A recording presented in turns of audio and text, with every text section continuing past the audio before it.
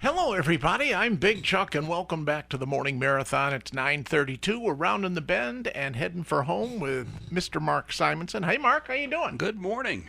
Well, we're going back to 1966. This will pique some interest out there. I'm sure it will. Yeah, probably a lot going on that let's find out about it. Where are we going to start today? I've picked some good ones here. This All right. Starts us out on April 1st of 1966. Yeah.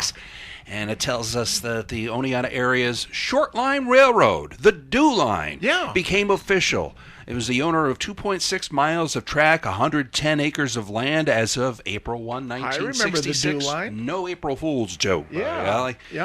Negotiations to buy the trackage, the 110 acres of land in the old U&D station began more than a year ago, where they actually completed in February. They signed the contracts, but now it was totally real. And they had hoped to purchase 20.5 miles of the tracks, which went as far as Bloomville. But those negotiations were kept open. It never happened. It just went as far as town of Davenport, Mickle Bridge. This was an excursion. What were the ends of the railroad, the terminals on each end? Where the Depot restaurant is today. That was the Oneonta end. Yep. And it went to where? Mickle Bridge. It was about 3 miles out. Yeah. The town of Davenport, right along the Charlotte Creek. I wonder who took that railroad. Yeah. I-88 took it. Oh, it ran along the water area, didn't it? Didn't it? Or you can still Electric see Lake or whatever that was called. Was that the D&O? U&D it was called. Or U&D, yeah. You can still see vestiges of the old bridges that used to cross the Charlotte and Susquehanna. Really? Yeah. Yeah. Trestles. Is that what goes by Pine Lake? Yeah. There's an old railroad something out there, trestles and tracks. Yeah. It's just a short, very short excursion. It only lasted 3 years till about 1969 because Interstate 88 was planned. So they moved the excursion train to Cooperstown. Yeah, they did. That's right. That was undertaking of Walter Rich, the late Walter Rich. So 1966, excitement was high. We've purchased a 1942 060 locomotive that was made in Schenectady, said Vernon Seeley. It was in storage down in Scranton, Wilkes-Barre, that area. They were going to bring it up here when they planned to open in June 1st, but it was a late opening. It was more like August, late August, that they finally got it started. Not in time for the tourist season, but at least they got it started that year. So the DO line. The DO line. Yeah. And then, as I say, of course, it went to Cooperstown after that. All right. So start on the railroads. Yeah. Also, very popular on television, I believe. Yeah, we've got some television stories to pass along here. This is 1966. April 1966, on the front page of the Oneonta Star, there was a picture of Candid Camera's favorite mechanic, Ron Gerald of Otsego, is at it again.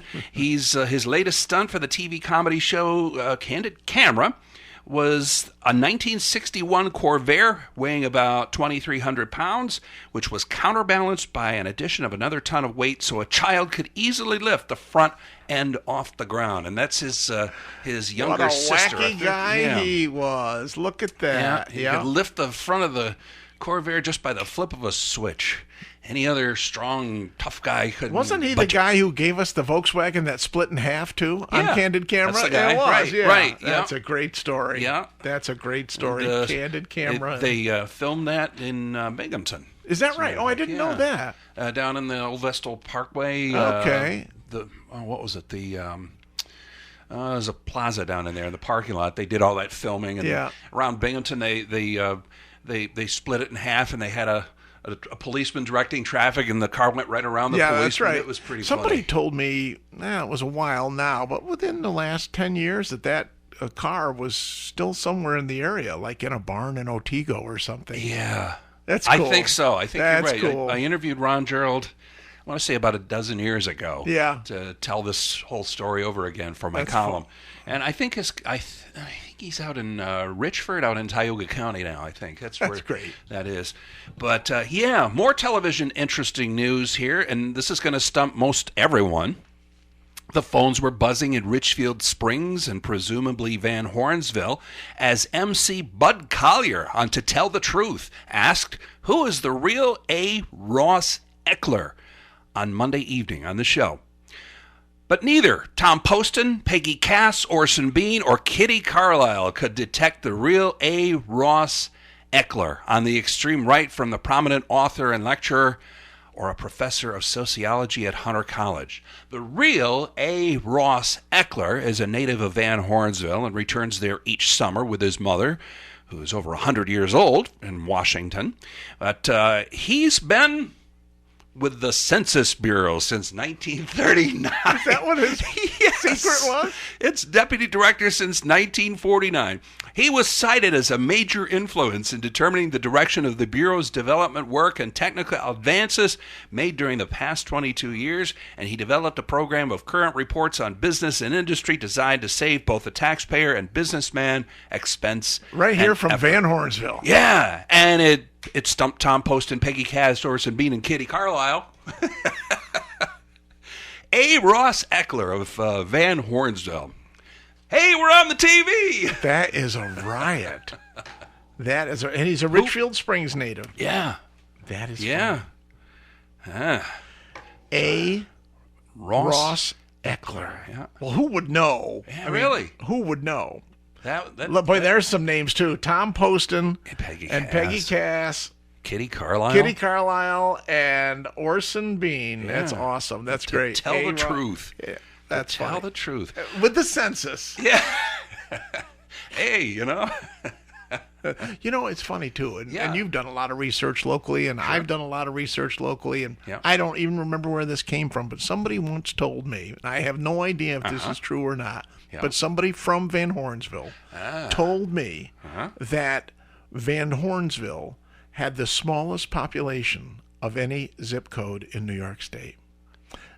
I believe it. I don't know. Somebody told me that from Van Hornsville. Yeah. It could be. It could be. Who Yeah. knows? Yeah. Interesting little town. Owen D. Young. Yeah. Was, The king up there. He was there, Yeah. yeah. Great little spot.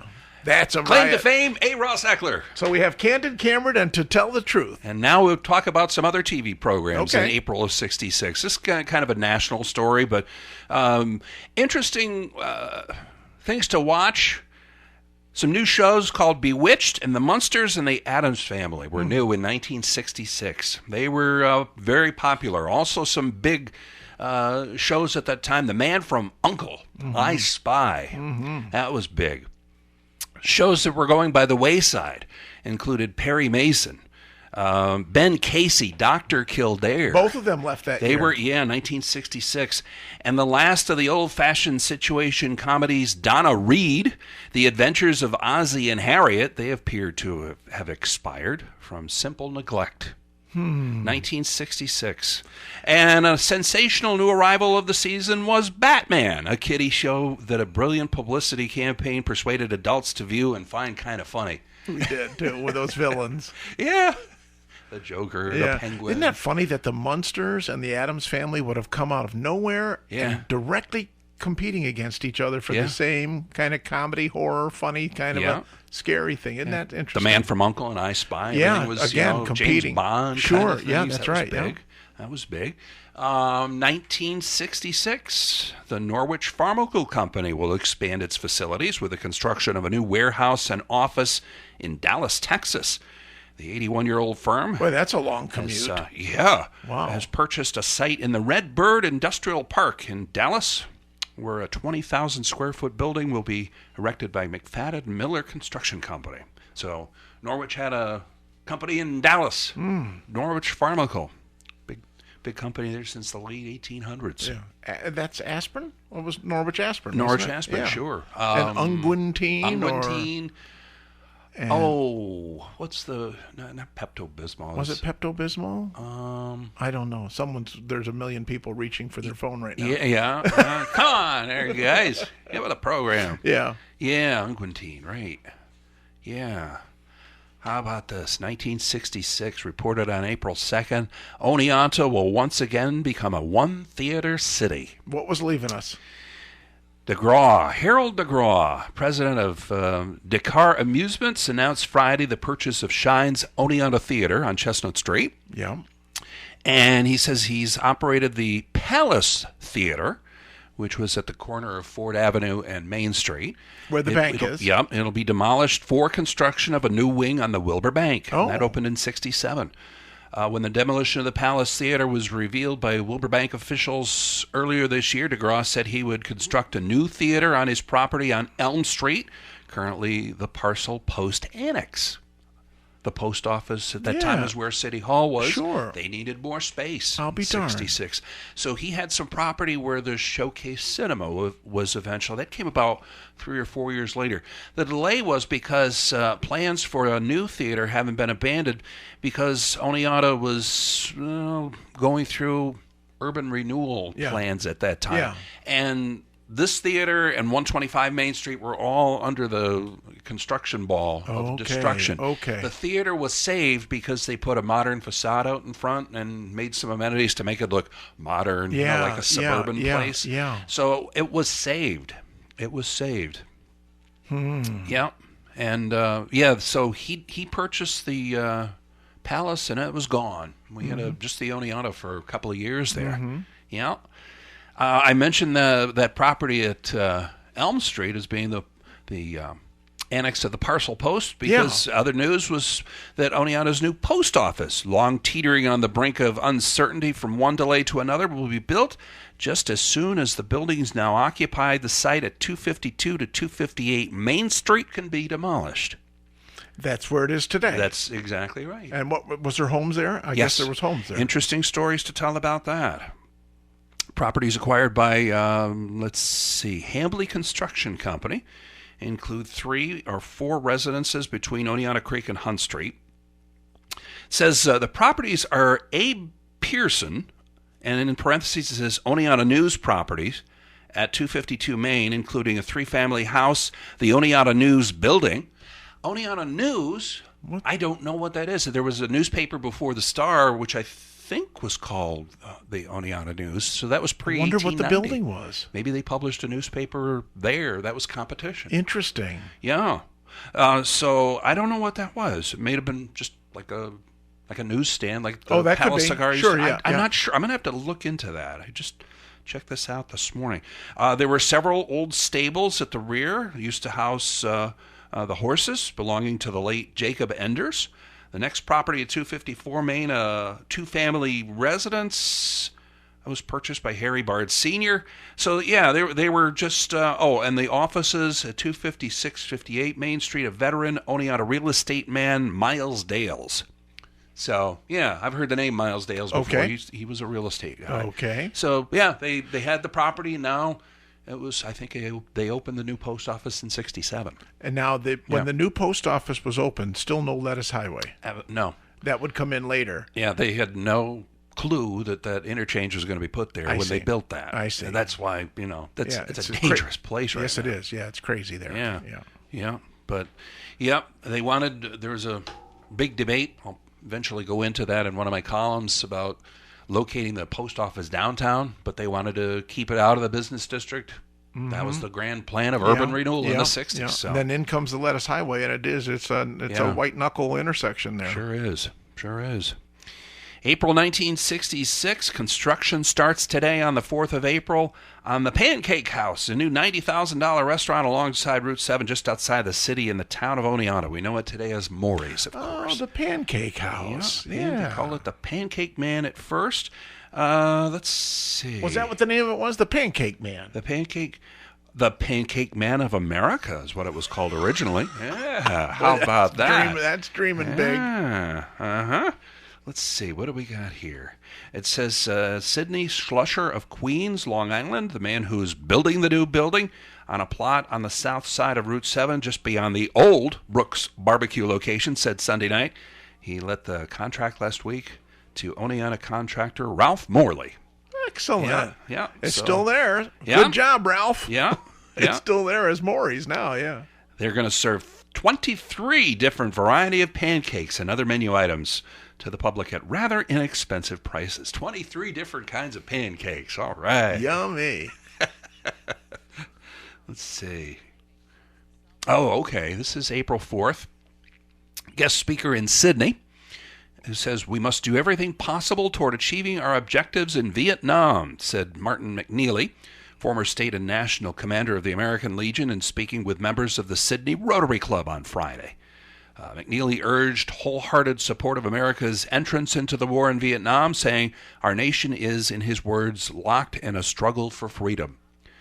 So that was Rotary in Binghamton, or in Sydney, rather. Yeah, just 3 days later, when we picked up the paper, we read that a Walton couple learned Tuesday night of the death of their 20-year-old son in South Vietnam. Marine Lance Corporal Michael R. Canine, son of Mr. and Mrs. Michael J. Canine of Griswold Street in Walton, is the first U.S. serviceman from the Otsego, Delaware County area to die on active duty in Vietnam. That was April 7th of 1966. So didn't Martin McNeely end up in an elected position? Was he like an assemblyman? Does that just ring a bell with you? Did he end up being an assemblyman or state senator or something? That name is so familiar, and I can't place it other than your story here. Oh, we'll look that up. We'll have to look it up. Don't know. He's national commander of the American Legion. Maybe that's all. Yeah. I don't know. Okay. Good question. We'll have to look that up later on. 1966, city officials and would-be travelers aren't the only people looking forward to the official opening of Oneonta's new municipal airport that opened in September. Since January 1st, the Greater Oneonta Chamber of Commerce office has received over 200 self-addressed airmail stamped envelopes from stamp collectors eager to receive airport dedication covers. Oh, my Lord. Aerophilatelists. Is it? Yeah. That's easy for you stamp to collectors. say. Yeah. Certainly. No. Let's see. Airport dedication cover of the same value as a first-day cover to a collector of regular postage stamps was coming. So it was April 6th of 1966, and there they were. Yeah. They're getting their cancellations. And the airport's still there. And it is. It has had its ups and its downs, no pun intended. But some recent renovations. Yeah, recent renovations, sure. Yeah, good. The Job Corps helped, students, good I think they're learning that industry now. Yeah, that's great. In construction, yeah. So let's see, what else we got here? 1966, April 18th, on this date. This is the 18th, right? Yep. It might as well be World Series time in October or heading towards the All-Star game. It could have been last week when the major leagues opened their seasons, but the atmosphere is the same. It's baseball week in Oneonta.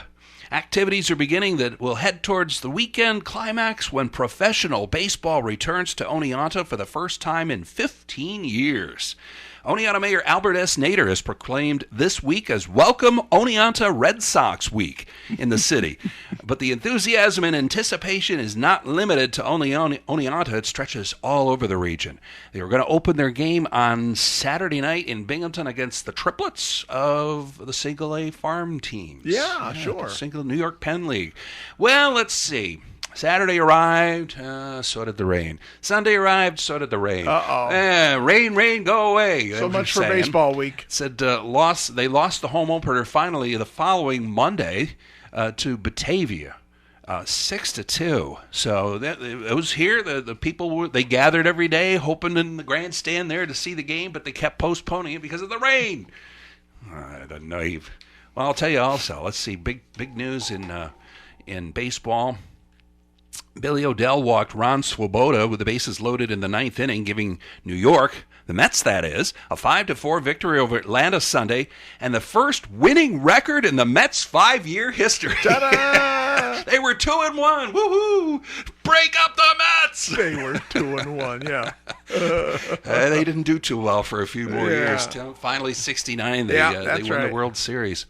Let's see, April 26th this is. Oneonta's Zoning Board of Appeals paved the way for 20 additional motel units at the Oasis Motor Inn at 336 Chestnut Street. So there was one group of motel rooms. They wanted to double the size of it. And they did, yeah. 1966 that was. Mm-hmm. Mm-hmm. This is interesting. The new 447,000 infirmary, the Round Building, was formally turned over to SUCO for use by students and faculty on Friday. This was April 30th of 1966. That's that Round. The Anderson Center. That's the Round Anderson Center now. Isn't that right? Is that the name of it?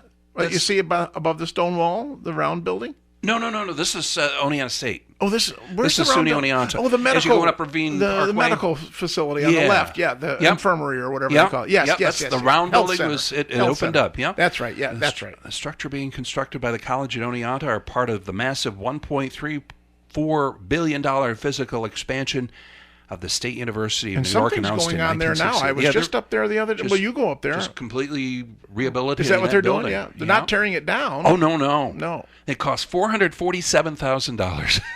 My God, the study and here cost that now. It's a 50-year-old building, and they're finally renovating it and rehabilitating it. Yeah, so far so good. This is kind of interesting. Oneonta's summer program of open-air church services will begin the season with visits by presidents of colleges. The series will continue each week 9 a.m. through July and August at the Del Seago Drive-In Theater in Emmons. They had church services at the Drive-In Theater on Sundays. This is the 16th year of Drive-In Church. It's directed and arranged by a committee composed of Richard G. Haynes, Paul G. Hubbard, Edward R. Scudder, and Thomas D. Carson. Regular friends of the Drive-In Church will be pleasantly surprised by the new canopy and pulpit placed into service along with the electronic organ of last year. Wayne Niskern is arranging a schedule of local musicians to complement the program of preaching every I wonder if Sunday. the snack bar was open. If you had popcorn during your... Get a cup of coffee. Cup of coffee there, by golly. Well, let's see. We got a few more minutes. Yeah, we got a few minutes left. Let's see what was going on with fun and games I here like in this. the area. This is dances, Green Lantern and Lawrence, Morris Central School. Let's see. Oh, my goodness, look at this. Oh, the morality, the fun of this. The Novelty Lounge Discotheque. 8 p.m. to 2 a.m. Fabulous girls from New York City dancing in a cage. Oh, my. Let's see. What else we got? Tommy's on West Broadway. They danced in a cage there, too, I think. Oneonta's Night Spot, yeah. Discotheque. Now featuring Jennifer, directly from New York City. She dances like you'd like, but won't dare. At Tommy's.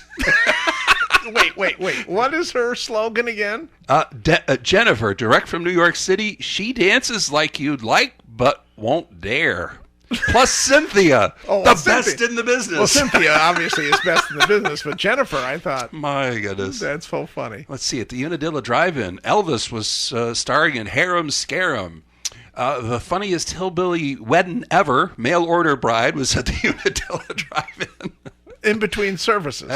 No, that's the Unadilla. Oh, that's the Unadilla. The Del Seago had the drive-in. Yeah. You could eat at the Bradford Room at Grant's. I remember that. Remember that. Yeah. On Main Street? Yeah. What is it now? Oneonta Plaza. It's Home Decor Place. Tile? Was it on Main Street? Yeah, Upper Main. Way out. Yeah. Upper Grant was? Yeah. Up near Maury's and the Pancake Man of America. I thought W.T. Grant was like where Simonson was. It was downtown. Yeah. But then they moved out of town in 66. I see. Okay. The Bradford Room. Yeah. Brand new. Yeah. And let's see what else we got here. We got movies at the time. The Palace. Let's see. One of the year's 10 best, A Patch of Blue with Sidney Poitier and Shelley Winters. That was playing at the Palace, the doomed Palace, I must say. The Oneonta Theater was Now Everyone Can See the Most Loverly motion picture of all time, My Fair Lady. Yep. Okay. And coming up, here we go with that spy theme. Starts tomorrow. Come spy with your favorite uncles in 2 slam bang adventures. The Spy with My Face. Yeah. Jennifer. Robert in the business. Robert Vaughn was starring in both of these. The Spy with My Face and To Trap a Spy. All right. Boy, he was striking while the poker was hot. He had just started an I Spy that year. Yeah. Robert Vaughn, right? Yeah. And so let's get the spy movies out because your career is about ready to take a nosedive. That's right. Let's see. Wow. What was playing at the Del Seago? Yeah. You Just Don't Mess Around with Kid Rodello, all right. And another co-hit, no stars announced, King Rat. How about the Sydney Theater? We have anything for? We have a representation from the movie industry in Sydney on here, Unadilla, or not? 66. Sydney Theater was still up and running. Maybe their advertising budget was down. Yeah, none available at this time. I'm sorry to say. And no Manahoe Room in Skenevis. No, Scotch Valley Lounge in Stamford. We had the Hickory Grove Inn in Cooperstown. Yeah. Lilo's Restaurant in Davenport. Oh, I don't remember that. The Valley House Hotel in South New Berlin. Lilo's. Where was Lilo's? Does it have an address? Just says Davenport. Are you saying Lilo? Lilo. That doesn't ring a bell with me. Cass Inn in Margaretville. Mm-hmm. Yeah. Mm-hmm. Dine here on Mother's Day. Cancer Fund Party at the Oasis Motor Inn. Always find the finest food and entertainment with Jack Stahl Knightley. May he rest in peace. Oh, God bless him. He passed away 2 weeks ago. One of the great music legends. Yeah.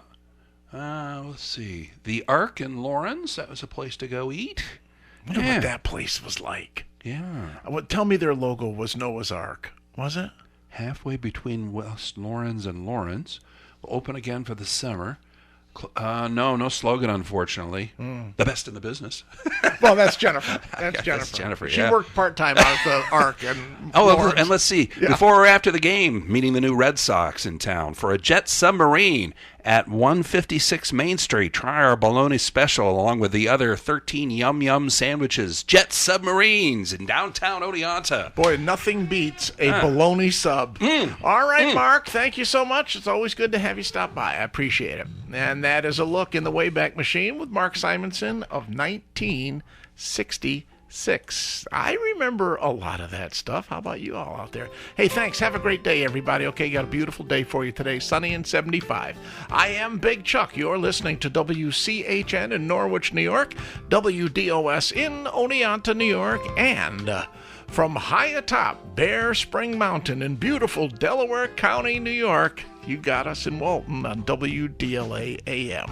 Bye-bye, everybody. See you in the morning.